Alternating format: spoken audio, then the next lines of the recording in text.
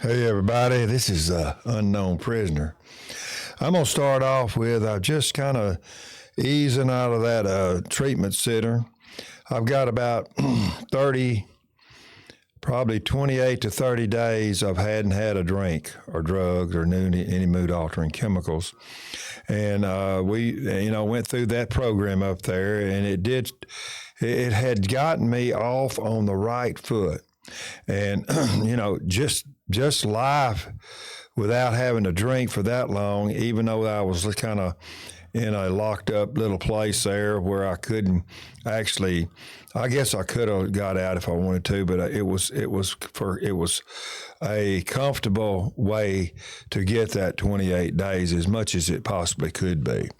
But now I've already got out, and I'm going back to the house, and I got my wife and the two kids. And everything like that, two boys, and I'm going to have to try to experience life one day at a time without any alcohol, and then it's really a scary way to cross over, but I don't know what it was at a time in my life that I really felt that I had to do something. I had got enough information, and I had gone to enough of those meetings, while I was over there, and I just needed to do what they suggested me to do. So there's where I was. So I was looking up, and I knew I had to go to outside meetings and go to different places where I could be around people like me. That was a big factor in staying sober if you want to stay sober. But this one day at a time. I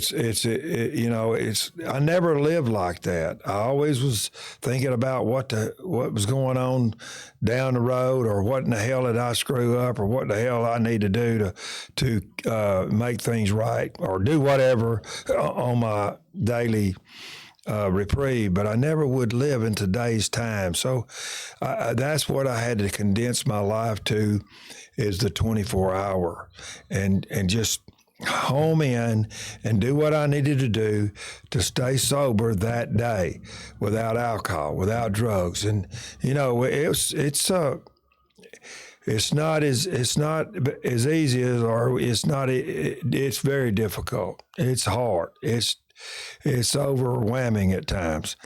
And but the deal that I had.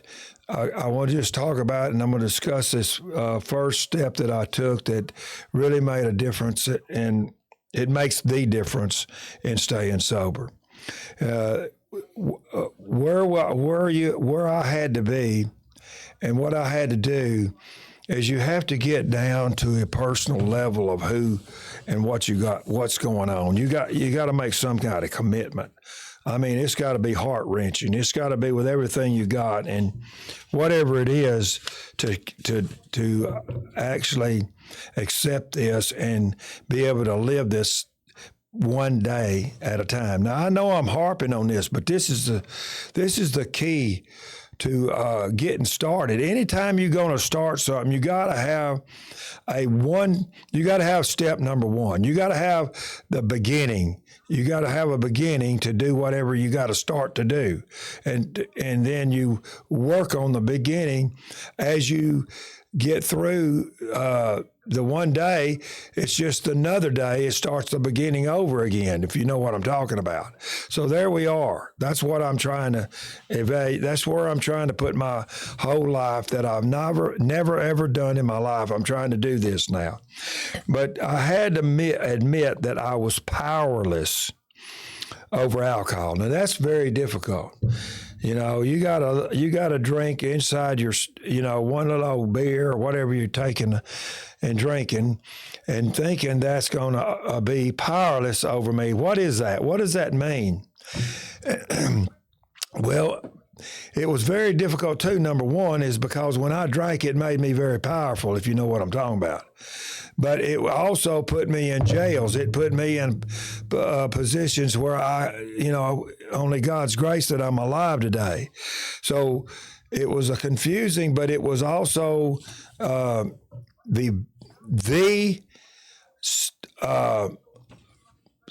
it was the cement that kept you in the platform of one day that you live, that you have to get through, however it may be, that 24 hours.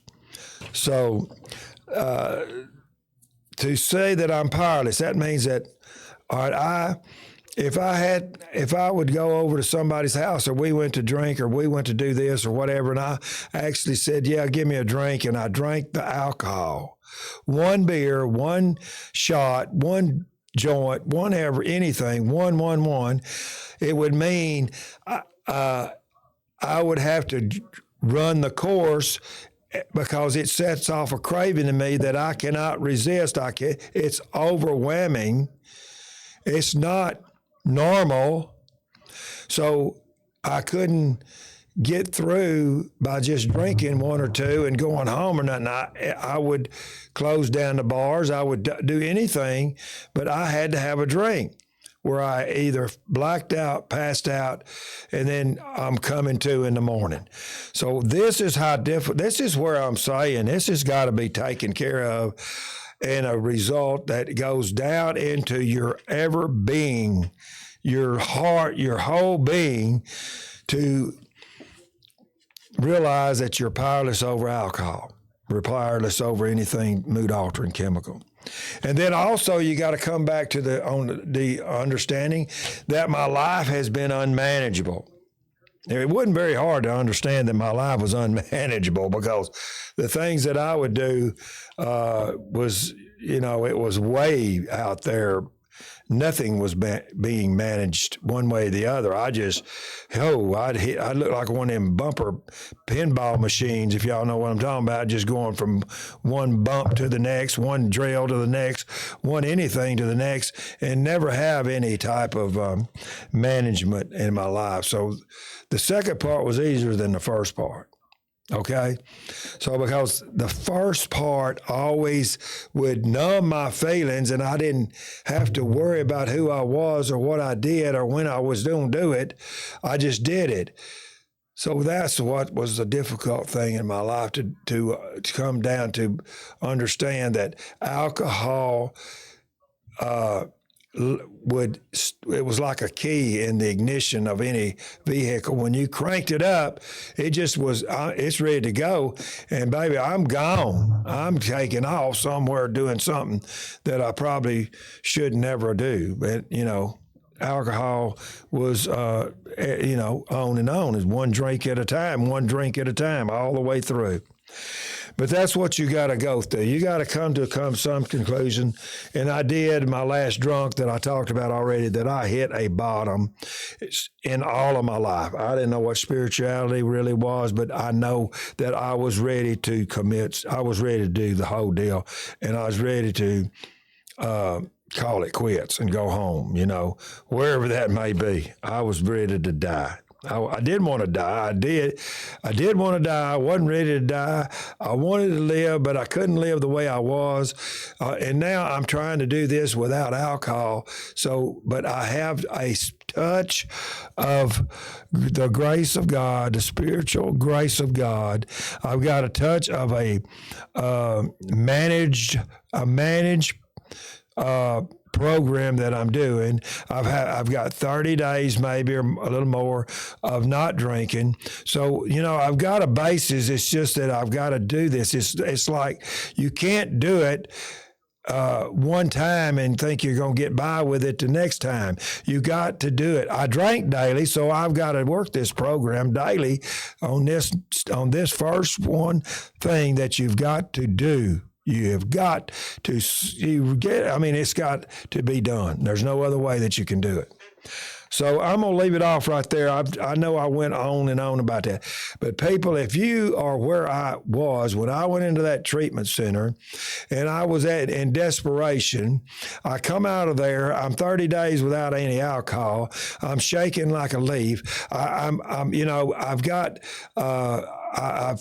I do have a basis and a foundation to be able to stay sober one day at a time. And that's all I can do. Okay. That's all I want to do. That's all I have to do. And it's hard to do that because I'm wanting to, my brain has got to condense back to that frame of mind. It can't be bouncing back, bouncing forward. It's got to be in today. So I'm going to let it off right there and let you understand, let you think about that.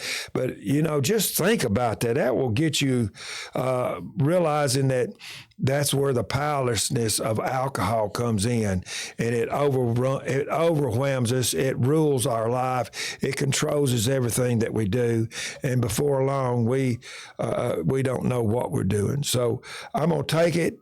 I'm gonna go on. I'm gonna go. I got to go around here, and I'm talking to somebody about this disease that we have, and I will be back probably tomorrow, and I'll probably go into this a little bit, but I'm gonna go into step 2, or on down to what we do to stay sober, one day at a time. See y'all.